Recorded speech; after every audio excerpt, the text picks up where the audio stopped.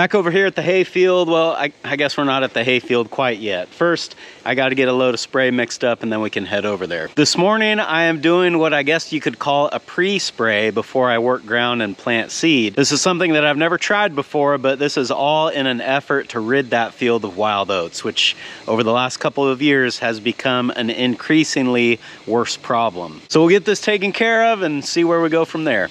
That's what's going on today on Farmer Tyler Ranch.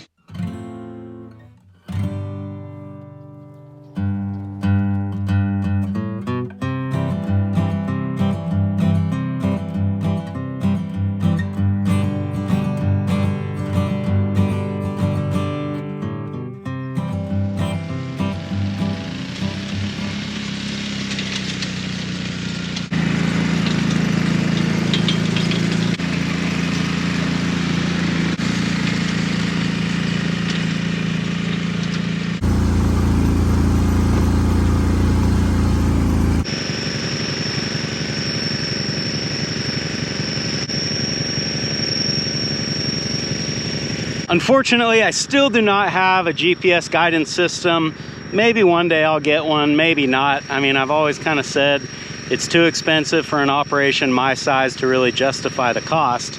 But I'll tell you what, when I'm out here moving flags at either end of the field at every turn, it sure makes me feel like maybe it would be worth it. And that is exactly what I have to do.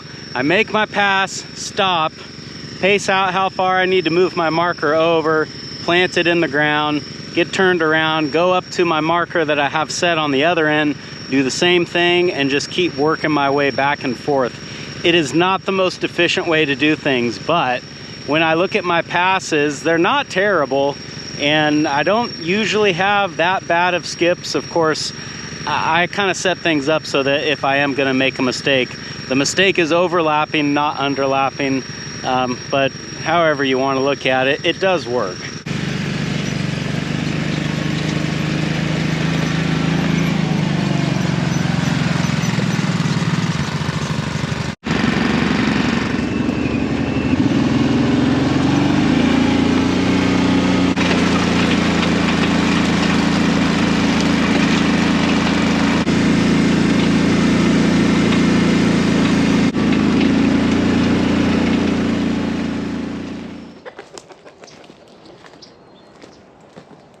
It's the next day now. I got all done spraying, everything went fine. I figured I'd bring you guys over here to check on the pigs this morning since, you know, now that I've got this big feeder in here, they've got automatic feed, automatic water, I just don't really have a lot of reason to come over here that much. And somebody was asking about the rice straw bale that I put in here the other day. I thought they would destroy this thing in no time, but it is surprisingly still mostly intact. I mean, you can see they've been messing with it there down around the bottom where they can reach, but I mean, it still mostly looks like a hay bale. It's actually probably better that they're ripping through this a little bit more slowly, because it's almost like they resupply their bedding on their own. I don't really have to do anything, and you know, that's nice. See, my roosters have taken to roosting up here at night. I still got a fair amount of feed in here. I've talked a little bit before about how happy I am with this feeder. The way this turned out has just been just about perfect. If I was to make one change to it though, I think I would make the cone here go down a little bit further into the trough. Right now I think there's a 2-inch space, maybe 2.5-inch space down there at the bottom. And I think if that was more like 1.5 inches, that they would waste even less. Now they're not wasting a lot as it is, but you know, if I'm just being picky, I think that's what I would do. You can see there's a little bit on the ground here and there, but pigs will eat that, the roosters will come around and eat that, so it doesn't go to waste, but you know, you like to see it in the trough. And being on free choice feed the way they are, some of these guys are really taking off. I mean, look at this. Look at this black pig at the water nipple right now. And this spot over here looks pretty good too. I mean, he's pretty, of course, but he's big also.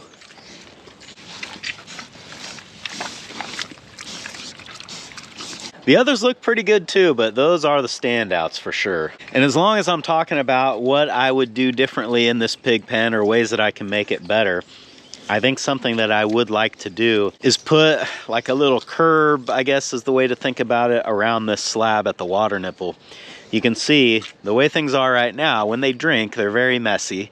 They spill a lot of water onto the ground, and that water drains off the end of the slab into the dirt, which then encourages the pigs to root and dig big holes all around that slab, which is exactly what they've done.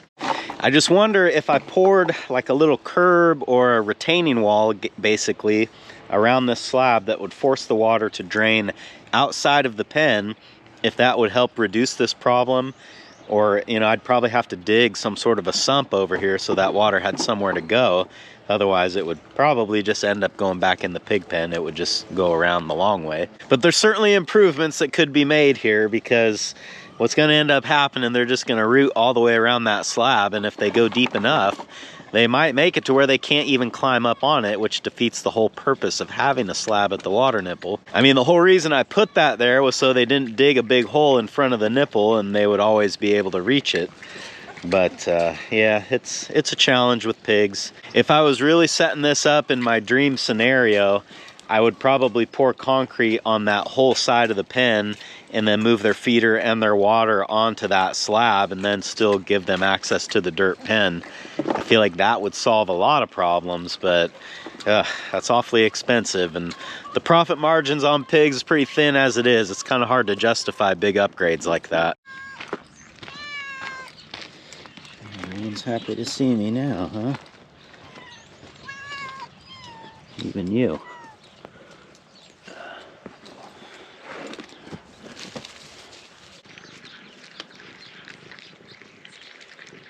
I was walking around over here the other day and I noticed a little cat face looking at me from beneath these hay bales over here. And at first I didn't think anything of it, you know, because we got 3 barn cats living in here. But when I looked at it a little bit more closely, I noticed that the cat looking at me was not one of these 3. I tried to get a closer look at it, but it scurried off. So it's certainly not as tame as these guys. And you know, it's not uncommon to have cats show up here and stay for the winter and then disappear in the springtime, and I guess that's what's going on. So I don't really know what the deal is with the mystery cat. I assume that it's female, because usually with cats, I feel like the females kind of find a permanent residence and then the toms are more likely to tomcat around. That's, I guess, where the saying came from. So there's a chance that we could end up with a batch of kittens in here, but I might set up the trail camera in the next couple days or so and see if we can figure out what's going on. Well, that's too funny. As I walked over here by the back of the barn, I think I could hear kittens crying back here. I don't hear them now, but I did just a second ago. I feel like if I was a mother cat, that's probably where I'd hide them, you know? Get them back here behind these bales, in between the barn wall and the bales. That'd be the best spot. Nothing's gonna get them there. Yeah, looks like they got a fair amount here still. The bulls are starting to go through their grass bale a little bit more quickly, and I don't think it's necessarily because they're developing a taste for it. I think they're just getting a little bit lower on the pasture they have available to them. I mean, they got their heads down and their jaws are moving, but I don't know what they're eating. This morning I was looking at my channel's performance numbers, as I often do in the morning, and it told me that today, October 24th, marks the 7th birthday for this YouTube channel. And when I saw that, I thought, well, that doesn't seem right. So I went back and started looking at some of my older videos to see what dates they were uploaded, and sure enough, I've been doing this for 7 years. And as I was looking at some of those older videos, 2 things really jumped out at me. The first thing was how many improvements I've made to the facility here. You know, it doesn't really seem like it until you start going back and looking at everything. And I mean, this entire area has transformed in the last 7 years. And the other big thing that I noticed as I looked through the comments is that a lot of the usernames of the people commenting 7 years ago are names that I recognize and see that they still comment today. And I was really taken aback by the fact that there are people that have been following and commenting on my channel for the last 7 years. And then that got me thinking about all of you that watch regularly and how I really couldn't do any of this without you. 7 years ago when I started this channel, I could never predict that it would turn into what it has turned into. It was really just kind of a hobby at the time. I remember I was a big YouTube viewer, which I still am, and you know, just kind of inspired me to start my own channel. And I never honestly thought that it would turn into anything, and here we are 7 years later, and it's what I do full time. It's like everywhere I look out here, I see something that in some way was touched by YouTube, whether it's through a partnership like with Arrowquip or LS, or just simply a corral upgrade that I just not sure I would have ever had the time to complete. Even Rivet would not be on this ranch if not for YouTube, because that is how I got in contact with Jeremy. Little Boy, on the other hand, might have ended up here no matter what. I've known the guy I got him from for many years.